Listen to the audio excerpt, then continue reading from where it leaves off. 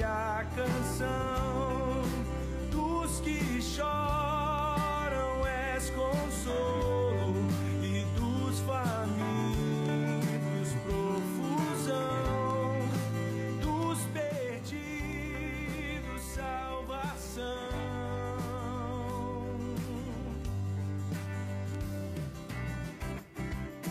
Venha sobre nós, teu rei.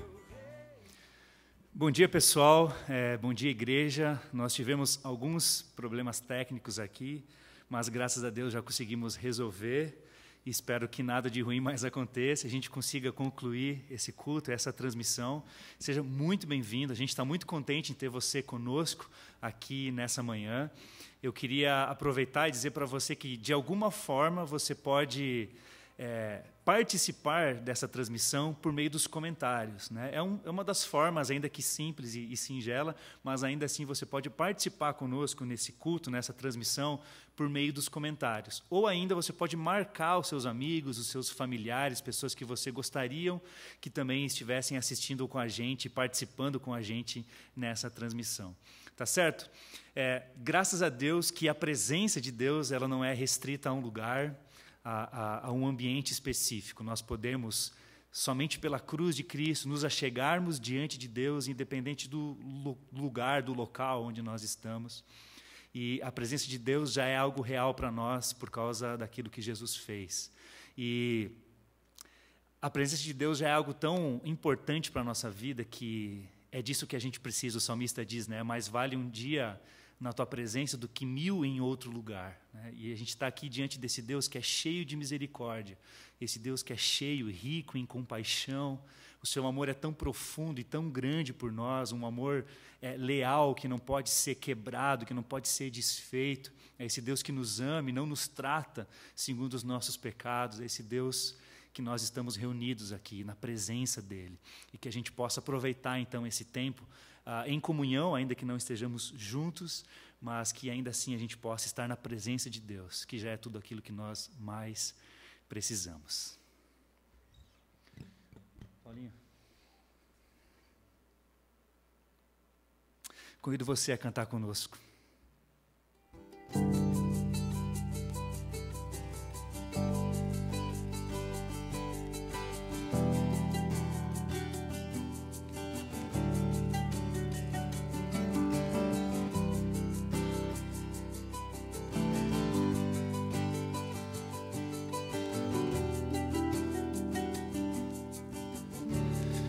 Juntos, todos necessitam. Todos necessitam de um amor perfeito, perdão e compaixão. Todos necessitam de graça e esperança, de um Deus que salva.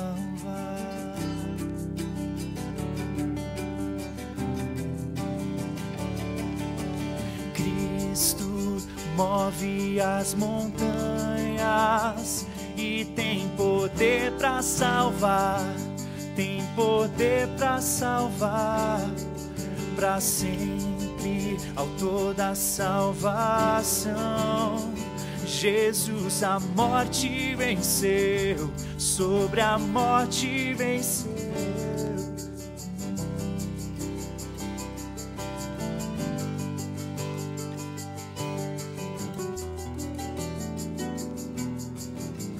Ele nos aceita como somos, me aceita com meus medos, falhas e temores, enche o meu viver, a minha vida entrego pra seguir teus passos, a ti me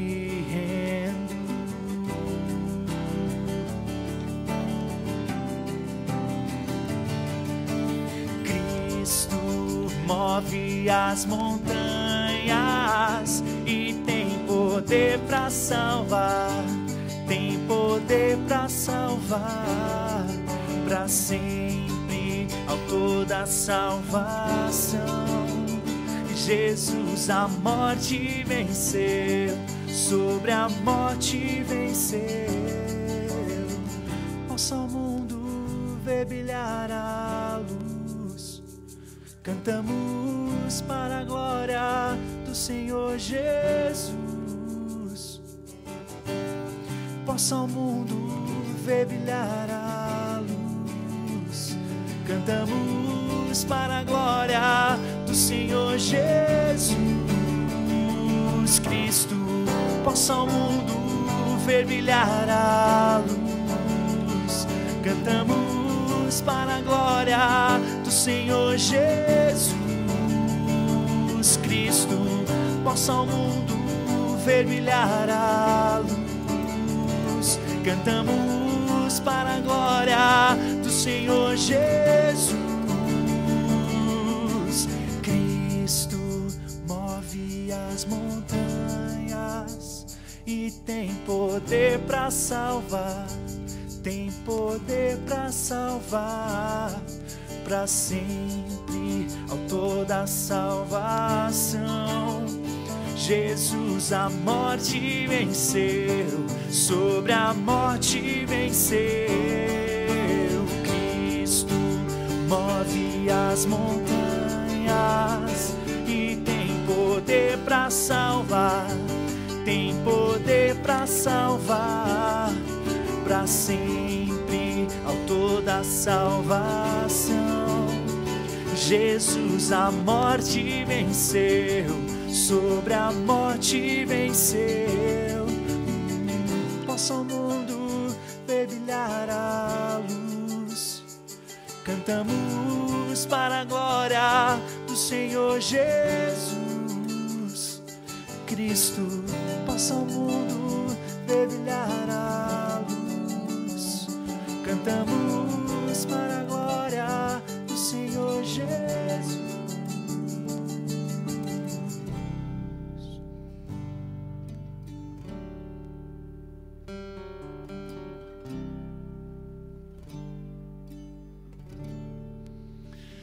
Amém. Estamos diante desse Deus cheio de graça, de misericórdia e compaixão por nós. Seja bem-vindo à nossa transmissão. Queria convidar o Wallace. Hoje ele tem o privilégio de compartilhar a palavra de Deus conosco, continuando a nossa série aqui pelos cultos da manhã. Obrigado, Paulo. Muito bom saber que você está aí, desse lado, nessa transmissão. E eu quero convidar você à leitura do texto de Mateus, capítulo 5. Nós vamos ler os versículos de 1 a 7. E o texto diz: Vendo Jesus as multidões, subiu ao monte, e havendo-se sentado, seus discípulos aproximaram-se dele. E ele começou a ensiná-los, dizendo: Bem-aventurados os pobres de espírito, pois deles é o reino dos céus. Bem-aventurados os que choram, pois serão consolados. Bem-aventurados os mansos, pois eles herdarão a terra. Bem-aventurados os que têm fome e sede de justiça, pois serão fartos. Bem-aventurados os misericordiosos, pois obterão ou alcançarão misericórdia. Você e eu sabemos que uma das expressões que mais temos ouvido nesses últimos dias é isolamento social. E um momento como este parece ser contraditório com muito daquilo que temos mantido no entendimento e na prática sobre o que é ser igreja. Nós cremos, aprendemos como princípio bíblico, como um dos valores da igreja, sobre a importância de estarmos juntos, a importância dessas conexões relacionais significativas, dos relacionamentos saudáveis. Temos aprendido isso, temos enfatizado isso no nosso meio. E há um cântico, inclusive, que nós entoamos, que fala sobre a importância do ajuntamento do povo de Deus. Então não tem como minimizar, eu diria, a agudez desse momento que nós passamos. É um mal que tem ceifado vidas, que trouxe à tona uma crise na saúde, não apenas em uma nação, mas quem sabe quase todas as nações do nosso mundo. Trouxe à tona a crise da informação, apresenta um cenário econômico nada promissor num futuro próximo. Ainda as pessoas estão já tentando lidar com algumas configurações dos males da alma, dos males do ser interior, medos, incertezas, as inseguranças. E tudo isso quase que como uma estufa que tem como característica formar ou climatizar aquelas tendências depressivas. E assim estamos visualizando tempos muito difíceis.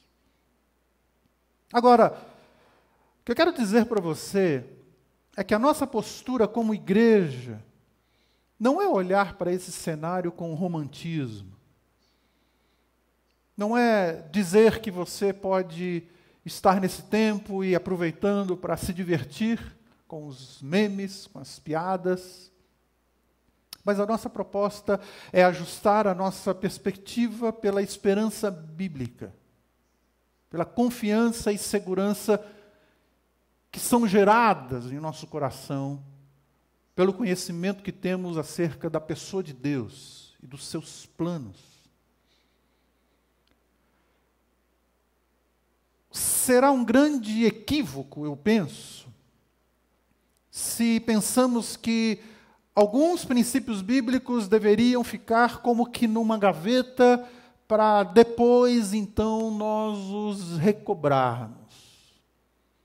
A nossa exposição de hoje sobre misericórdia, uma das bem-aventuranças, seguindo a nossa série, pode parecer um desses princípios. Perdem muito o sentido a partir do momento que vive-se isoladamente. Mas deixa eu lhes dizer que o problema é que muitas vezes o conceito de misericórdia é formado a partir de uma ótica, eu diria, monotemática, vendo a misericórdia no seu exercício como algo que acontece somente num contexto presencial. De antemão, esse texto está falando de uma qualidade, de uma característica, um valor que é formatado no nosso coração, que está alojado no nosso coração, antes de falar sobre o seu exercício.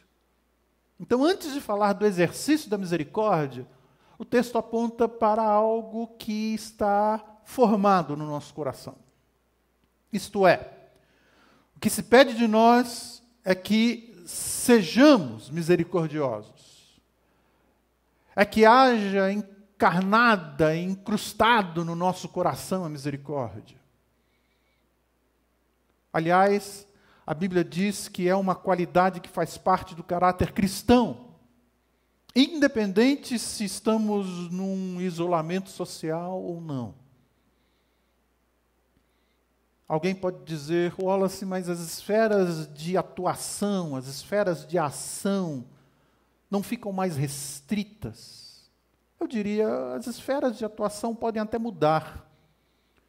Mas o texto está dizendo que esta é uma característica, o ser misericordioso é uma qualidade daqueles que foram alcançados pelo Evangelho da Graça. Daqui a pouco, em termos de tempo, de cronologia, a igreja enfrentará mais um grande desafio, onde quer que ela esteja. Dar direcionamento, dar suporte, acolhimento, conselho o cuidado do coração, da alma, cuidado das famílias da nossa sociedade, devido a algumas possíveis consequências que hão de vir. Mas vejam, queridos, é recorrente nas Escrituras que antes de fazermos alguma coisa, nós temos que ser alguma coisa. Nós temos nesse texto uma questão de dupla natureza. O texto está falando que o misericordioso obterá, alcançará a misericórdia. E a pergunta, quem sabe, é: da parte de Deus ou dos outros? Primeiro eu gostaria de esclarecer, não somente os misericordiosos que são alvo da misericórdia da parte de Deus.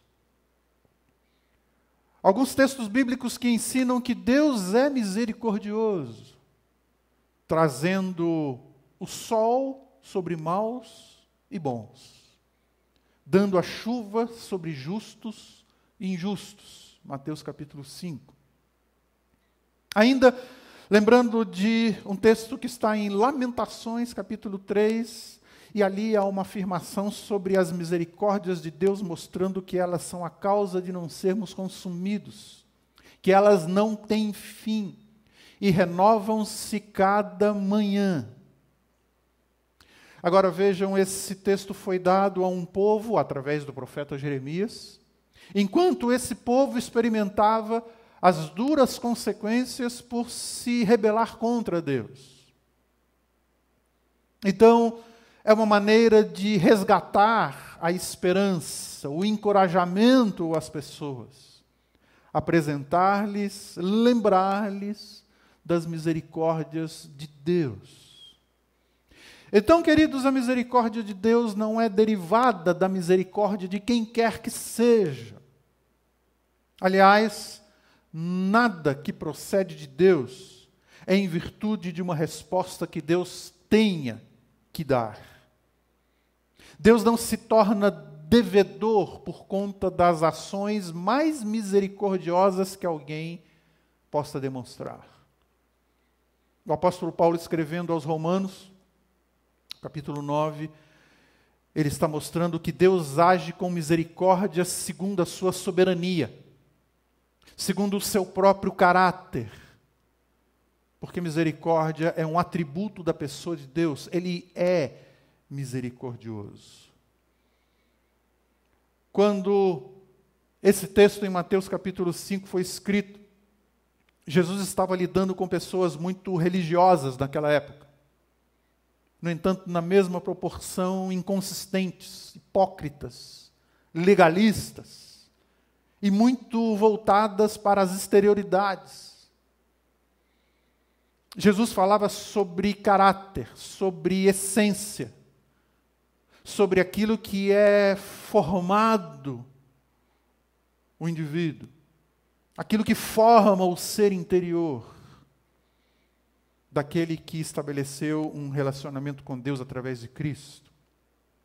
Então esse texto vem esclarecer um pouco mais sobre os conceitos, sobre as qualidades, sobre as variantes e sobre as práticas daquele que é bem-aventurado, daquele que é bendito, daquele que é feliz por ser misericordioso. E se você pode acompanhar, vamos olhar para o primeiro aspecto que esse texto está nos ensinando sobre a misericórdia. Em primeiro lugar, a misericórdia fala de um modo de ser. De novo, o texto aponta para uma qualidade. Bem-aventurados os misericordiosos.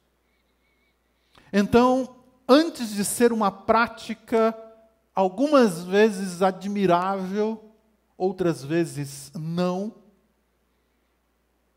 essa qualidade, eu diria que é como uma lupa que amplia o que está no nosso ser interior. Mostra que somos alguma coisa antes de fazermos alguma coisa. Nós vemos nos evangelhos que Jesus sempre dá ênfase ao interior, sempre dá ênfase ao que está dentro do nosso ser. E não porque ele seja indiferente às exterioridades, às ações exteriores. Diferente disso, Jesus as valoriza. E muito. Mas vejam, desde que sejam motivadas pelo amor a Deus, desempenhadas em virtude da ação da sua graça e visando honrar a Deus. Uma pessoa pode até mesmo imitar uma ação que não é verdadeiramente um fluxo do seu interior, se é que assim podemos dizer. E aí isso passa a ser qualificado, passa a ser classificado como hipocrisia ou legalismo. Apenas a forma, mas o seu interior não habita aquilo verdadeiramente. Deixa eu lhes lembrar algo aqui. Os capítulos 6 e 7 no Evangelho de Mateus, os capítulos seguintes, as bem-aventuranças, tratam basicamente de ações, das coisas que fazemos, dizemos, mas a premissa sobre a qual se baseia todo esse ensino é a atitude do coração. Essa é a ênfase do Senhor Jesus. Vejam, queridos, viver como cristão não significa viver de aparência. Você e eu sabemos disso. O Evangelho da Graça traz algo que acontece no interior. E a partir daí, sim, flui para onde a nossa vida esbarra. Para todas as esferas da nossa vida. Aquilo que está no interior é que vai dar a configuração para todas as esferas da nossa vida. O indivíduo como homem, como mulher, como pai, como mãe, como profissional, como filha. Tanto os israelitas quanto os romanos daquela época mal sabiam o que era ser misericordioso. Eram orgulhosos, eram cruéis, hipócritas, acusadores, estavam sempre prontos a tecerem julgamentos improcedentes. Então, para alguns, a misericórdia era quase que como uma enfermidade da alma. Era um sinal de fraqueza para muitos. Muitos interpretavam a misericórdia como uma ausência da demonstração do poderio, da demonstração de autoafirmação. Agora, as pessoas muitas vezes pensam nessa bem-aventurança sob um ponto de vista de ação e reação, dádiva e recebimento. Mais ou menos assim, se você for misericordioso com os outros, todos serão bondosos para com você. Queridos, isso é uma utopia ou, quem sabe, uma ilusão. Não é isso que o texto bíblico está afirmando. A realidade é, nós vivemos num mundo com pessoas cujo coração está rendido ao egoísmo, à autopreservação. E essa realidade gerada pela corrupção da natureza humana. Quem sabe é muito difícil admitir isso. Muitos não querem reconhecer isso. Mas percebam, um caminhão com uma carga preciosa sofre um acidente. Rapidamente aparecem ali aqueles que vão saquear essa carga. É necessário, muitas vezes, você que está seguindo a ordem de uma fila, chamar a atenção, porque tem um ou outro que quer furar aquela fila.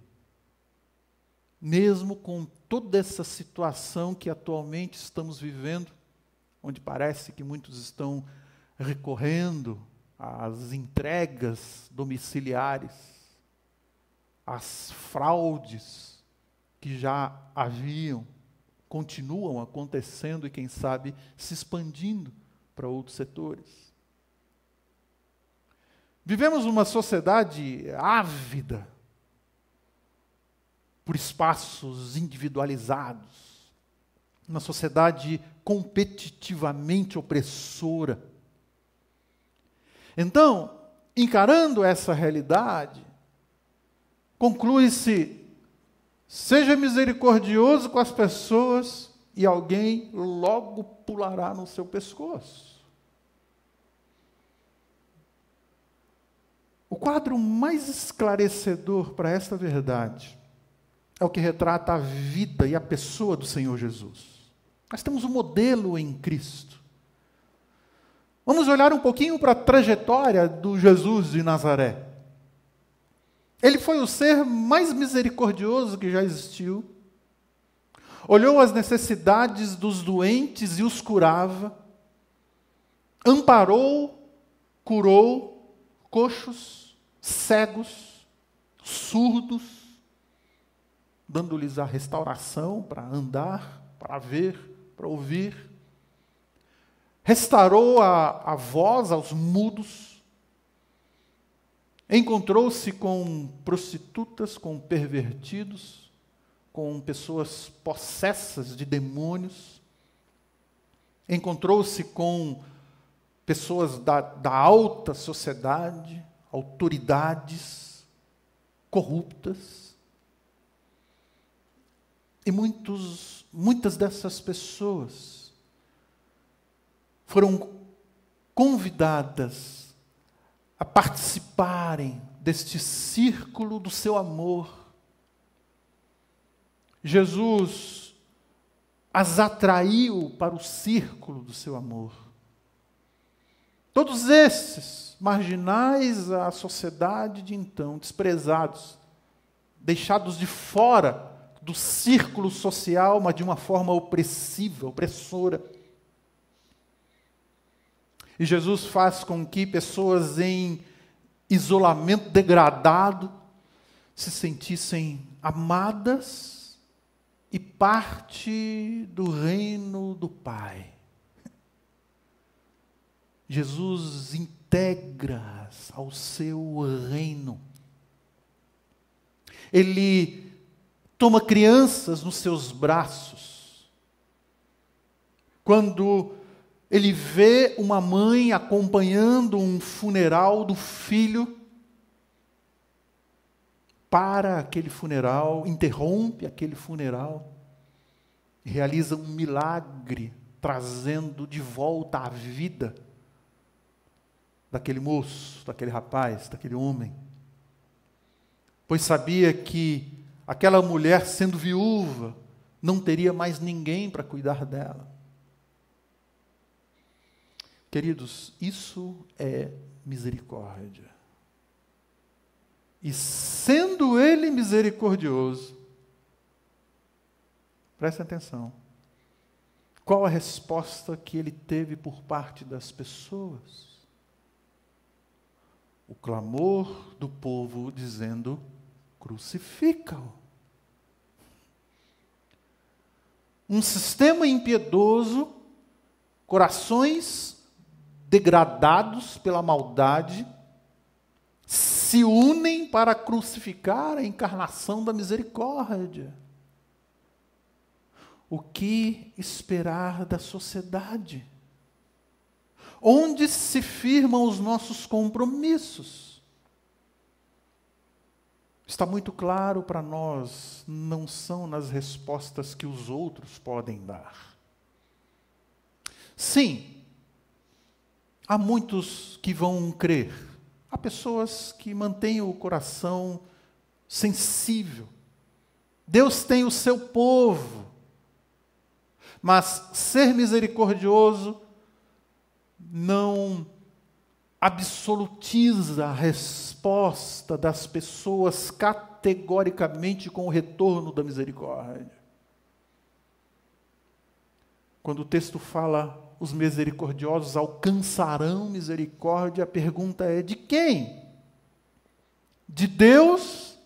Sim. Há essa certeza. Antes mesmo de sermos misericordiosos, Ele já era misericordioso, Ele já agia com misericórdia para conosco. Dos outros, não espere. Pode ser, não espere.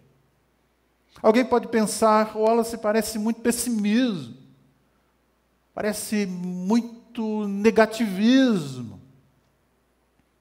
Na verdade, o que Jesus está dizendo com essa bem-aventurança é: as pessoas do meu reino, as pessoas alcançadas pelo Evangelho da Graça, não esperam receber para dar.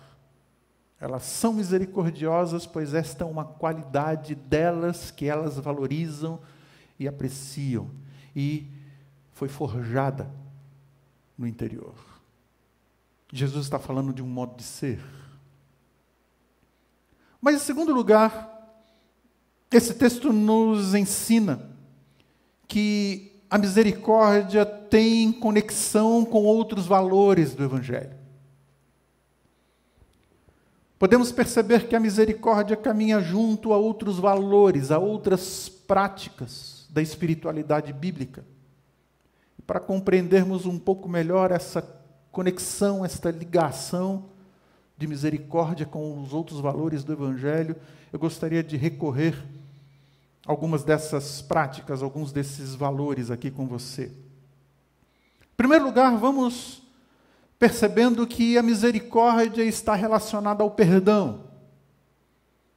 Eu quero lembrar com você o texto que está no Salmo 130, versículos de 1 a 5 e depois versículo 7.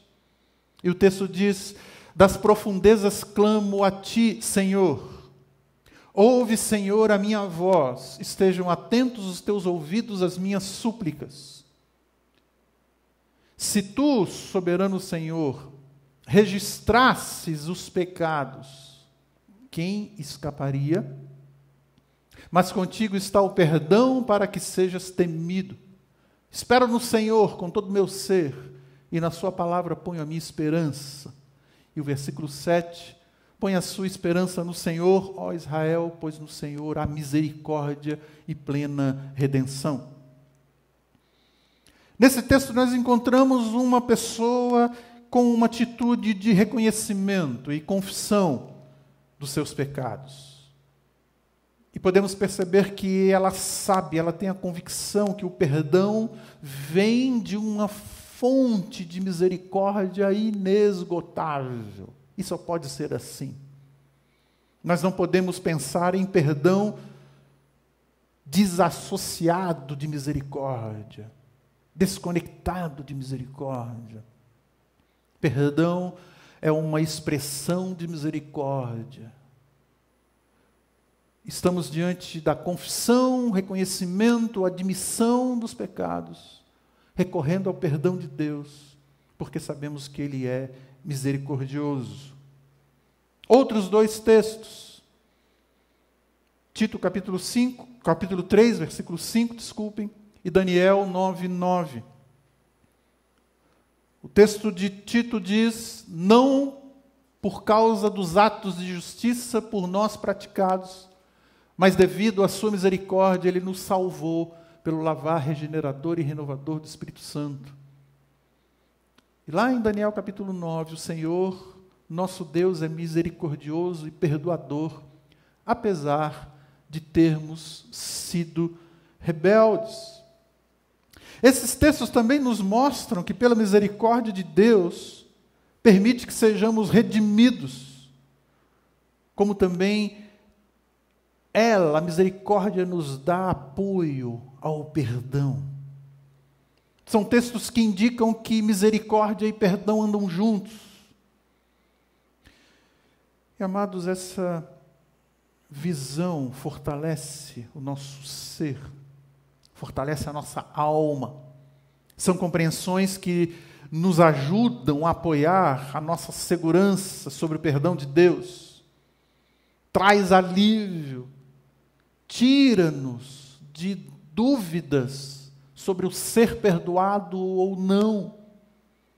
Tira-nos de um senso de culpa, mesmo depois de termos experimentado o arrependimento e termos nos colocado diante de Deus em confissão dos nossos pecados. Nos dá uma perspectiva mais abrangente da ação de Deus na purificação de pecados, para que nós valorizemos mais ainda o sacrifício do Senhor Jesus. E ainda, eu diria, nos ajuda a exercitar a aplicação do perdão aos outros. Se em algum momento nós já tivemos a dificuldade em lidar com o pecado de alguém, só de pensar no erro dele para conosco, isso já gera angústia, inquietação. Pode ser que precisemos alinhar melhor o nosso coração com misericórdia.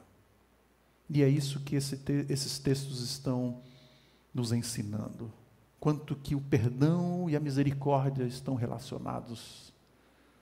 Em segundo lugar, aprendemos também que a misericórdia está relacionada à bondade.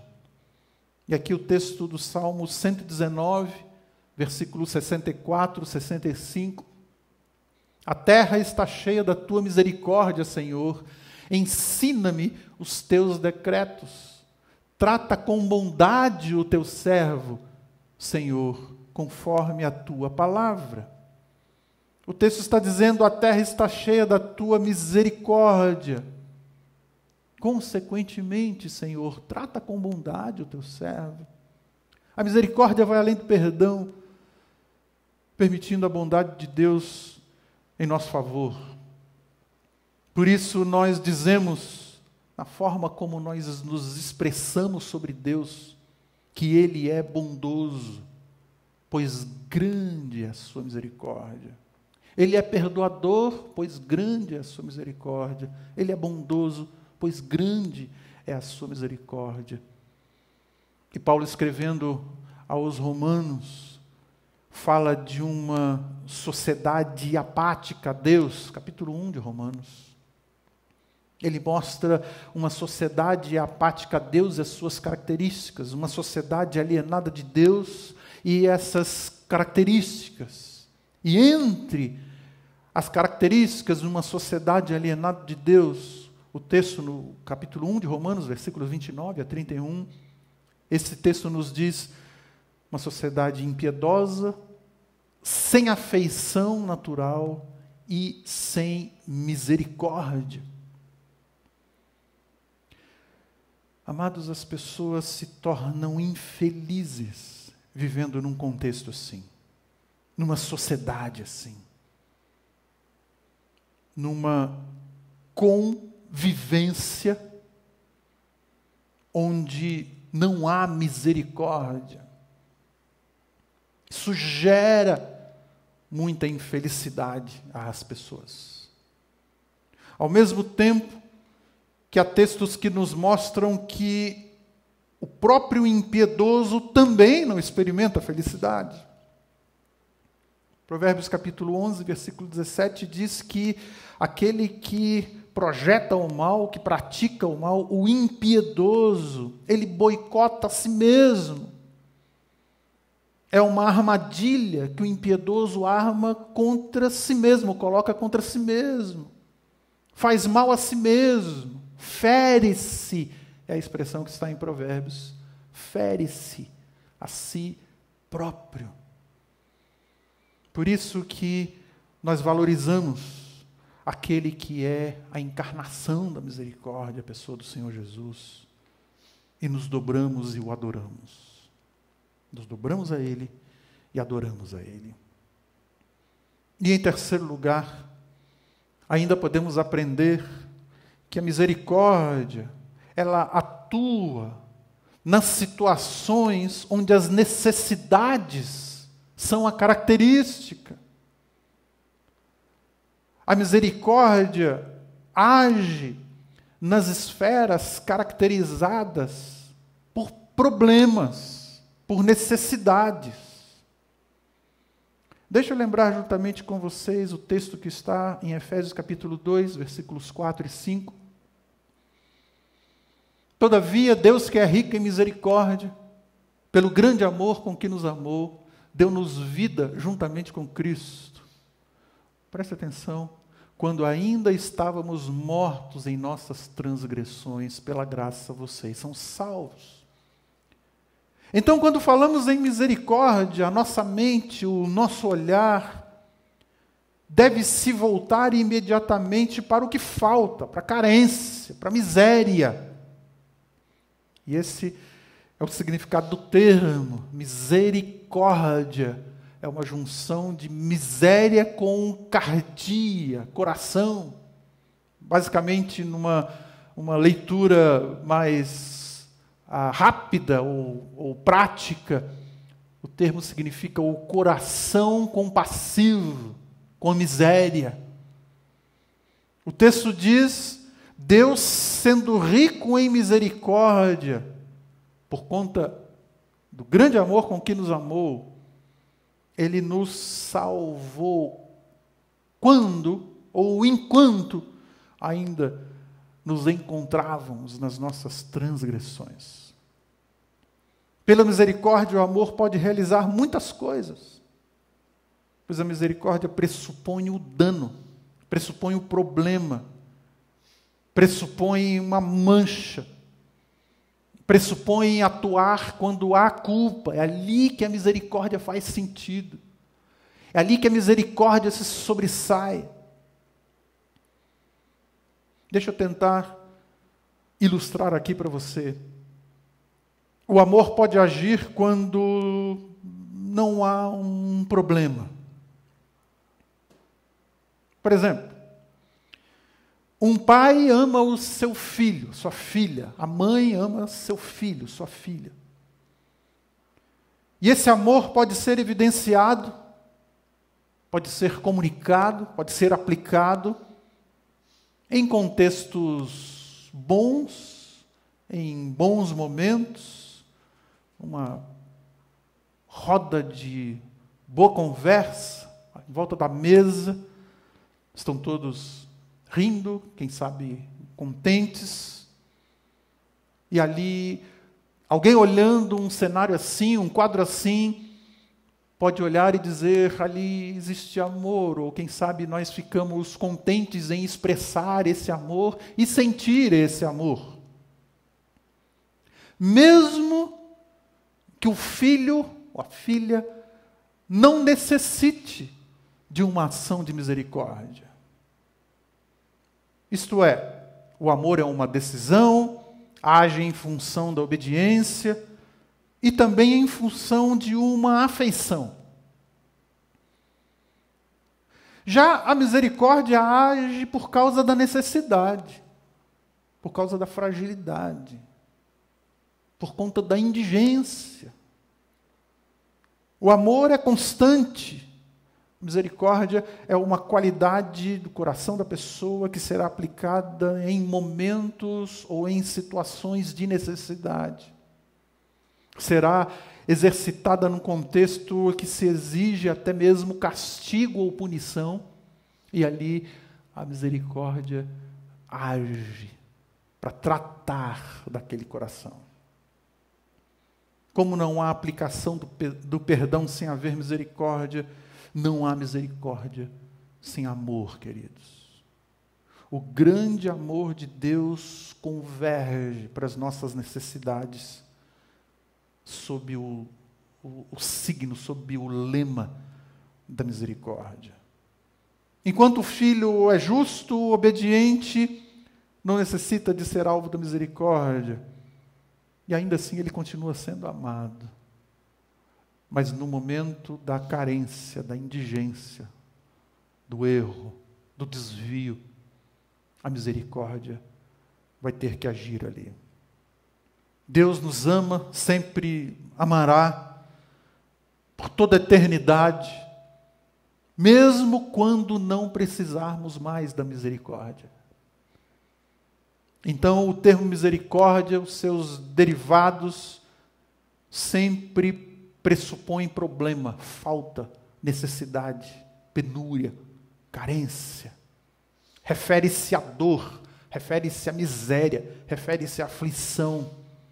Assim como a graça de Deus trata da causa do problema humano, seu pecado, a misericórdia, podemos dizer, trata dos seus efeitos, dos seus sintomas, das suas consequências. A misericórdia oferece alívio para o castigo. A graça remove o pecado. A misericórdia elimina o castigo que seria justo. Agora, deixa eu também falar algo aqui para ampliar um pouco mais esse conceito. Quando estamos falando de misericórdia, nós não estamos falando de um sentimentalismo insensato. Um sentimentalismo que faz pouco da transgressão. Há um conceito, eu diria, de misericórdia espúrio, falso, fake, que simplesmente propõe que não se olhe para a transgressão. A troco de nada. Não se considere a transgressão do indivíduo. Mas Deus confere misericórdia porque alguém, Senhor Jesus Cristo, já pagou o preço pelo pecado e é capaz então de remover a culpa. Deus é misericordioso porque a justiça já foi feita em Cristo. A bem-aventurança anterior, do estudo anterior, é bem-aventurados que têm fome e sede de justiça. E aí a graça e a misericórdia se encontram. A misericórdia não é uma qualidade natural do indivíduo. A única maneira de ser misericordioso é ter sido alcançado pela graça de Deus. E alguém pode até retribuir uma gentileza que você ou eu fazemos. Mas as pessoas que são misericordiosas são aquelas que se achegaram a Deus com o espírito quebrantado e procuram a sua justiça e mantêm a fome e a sede pela justiça. Quando Cristo morreu na cruz, toda a obra de redenção passou daquele campo profético e se tornou um fato verdadeiro, um fato histórico. Deus tem tido misericórdia para conosco e nos capacita à misericórdia, porque Jesus já pagou o preço pela culpa e pelo pecado. Eu gostaria de concluir com você, trazendo dois aspectos aqui para a nossa reflexão final. Algumas pessoas estão dizendo que quando todo esse período passar, nós não seremos mais os mesmos, que o mundo vai ser diferente. Em muitos aspectos, sim. Parece que vamos lidar com outra sociedade. Mas aqueles que dizem isso, pensando, dizendo que esse mundo vai ser diferente porque as pessoas vão estar mais sensíveis, mais misericordiosas, requer uma reflexão um pouco mais ampla, um pouco mais profunda. Nada acontecerá automaticamente, senão se a ação de Deus não estiver chegando e alcançando o coração das pessoas. E a igreja do Senhor Jesus pode fazer uma grande diferença nesse momento. Então, em primeiro lugar, olhando para essas bem-aventuranças, e hoje especificamente para a bem-aventurança que fala sobre o bem-aventurados misericordiosos, Eu diria, ser misericordioso tem um apelo missional. Lembrando do texto de João, capítulo 1, versículo 29. No dia seguinte, João, o Batista, viu Jesus aproximando-se e disse: vejam, eis o Cordeiro de Deus que tira o pecado no mundo. Eu estou frisando aquela expressão, vejam, porque o texto traz essa ênfase quando João Batista aponta para a pessoa do Senhor Jesus, para que as pessoas fossem chamadas a atenção para a pessoa do Senhor Jesus naquele momento. Como se ele estivesse dizendo, eis o Cordeiro de Deus, mas ele estivesse dizendo, ei, vocês, vejam, eis o Cordeiro de Deus que tira o pecado do mundo. Aquele que já foi alcançado pela graça de Deus tem uma noção mais clara dos estragos do pecado e dos seus efeitos, quer seja na esfera pessoal, comunitária ou numa sociedade. Nós somos aqueles que podemos olhar para um indivíduo que está alienado de Deus e olhar com os olhos da misericórdia. Os misericordiosos são aqueles que visam a recuperação da pessoa que não anda com Deus, para alcançá-la para o reino do Filho amado de Deus. Queridos, a ausência de misericórdia diz, isso aí, permaneça aí no seu sofrimento. A ausência de misericórdia diz, para você não há esperança. A ausência de misericórdia diz, você é demais para o nosso meio, não cabe aqui. Você não tem jeito. A ausência de misericórdia diz, isso mesmo, se chafurde mais ainda nessa lama. Os misericordiosos dizem, eis o Cordeiro de Deus, que tira o pecado do mundo, apontando para Jesus. O misericordioso está alinhado com a agenda do alto, que se alegra ao ver um indigno sendo colocado aos pés do Senhor Jesus. O misericordioso é aquele que traz esperança aos mais caídos, aos mais depravados. Por isso nós olhamos para esse mundo em seu estado como está, de forma que se torna uma oportunidade para as nossas ações.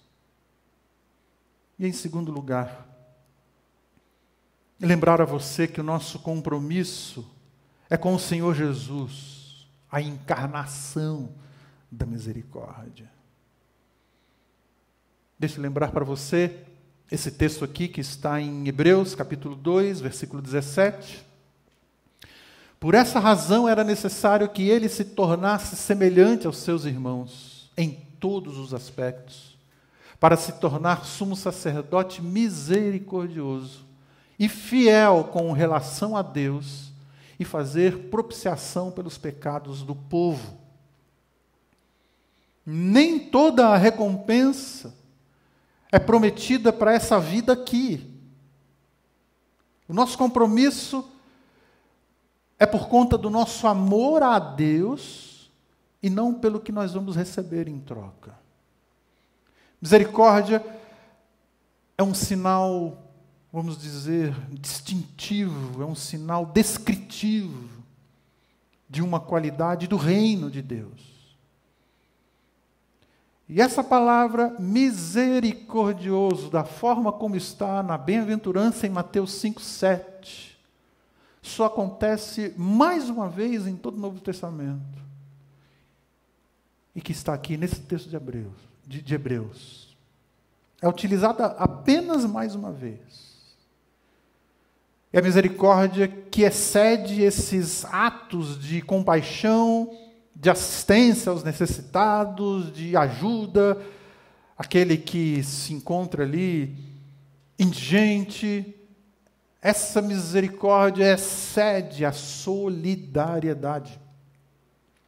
Misericórdia, nesta forma bíblica, é a ação em função de uma pessoa ou pessoas, sem a força do egoísmo do coração, provocada pelo amor a Deus, pelo nosso compromisso a Deus, destituída de tentativas de alívio de consciência, ou por um constrangimento que as causas humanitárias podem causar no coração do indivíduo. Não é algo simplesmente para transparecer piedade, senão uma qualidade em conformidade com o caráter de Cristo, que é, sim, visualizada em ações, visando honrar o nome de Deus e procedentes do amor a Deus. Peço que Deus possa abençoar ricamente a sua vida e que possa capacitar cada vez mais a nós, a você, como igreja, a sermos misericordiosos, trazendo assim essa qualidade do reino de Deus. Quero chamar o Paulo para nos ministrar mais um cântico de adoração e eu convido você a permanecer acompanhando e também celebrando junto com esse cântico.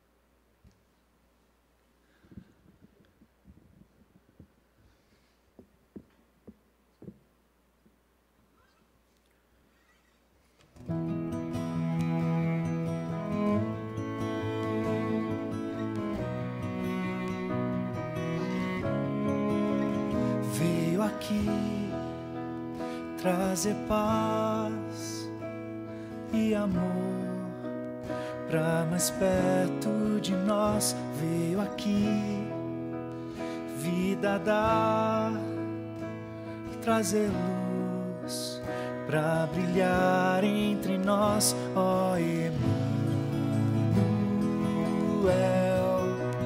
Deus conosco estás, és libertador, salvador, nossa força está no Senhor, soberano és, redentor, Emmanuel, Deus conosco estás, veio aqui nos salvar por amor, para o teu nome exaltar, se humilhou e sofreu na cruz, mas a morte venceu. Ó Emmanuel, Deus conosco estás, és libertador, salvador, nossa força está no Senhor, soberano és, redentor, Emmanuel, Deus conosco estás.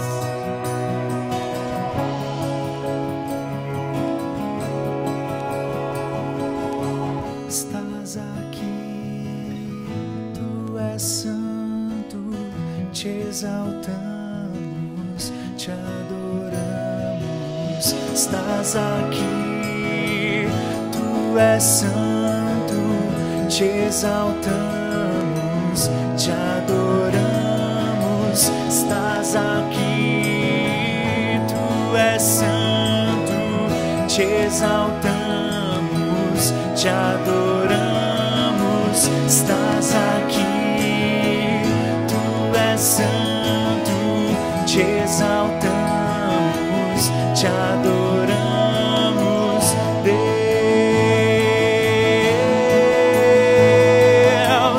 és libertador, Salvador, nossa força está no Senhor, soberano és, Redentor, Emmanuel,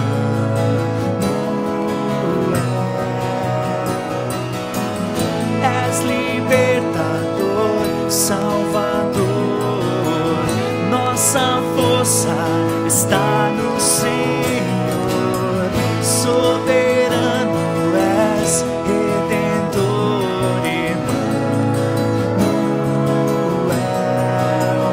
Deus conosco estás, Emmanuel, Deus conosco estás. Foi muito bom ter você conosco durante esse culto, durante essa transmissão. Obrigado por fazer parte disso. Eu queria lembrar duas coisas para você. A primeira, você pode mandar mensagens para a gente no WhatsApp para saber mais informações. E a outra, se você puder se inscrever também nas nossas plataformas digitais, sobretudo o YouTube, que é também uma plataforma onde a gente deseja transmitir os nossos cultos ao vivo. Então, para isso é importante que você se inscreva lá no nosso canal no YouTube, para nos ajudar a chegarmos lá para conseguir transmitir os nossos cultos. Muito obrigado por ter participado conosco. Até o domingo que vem.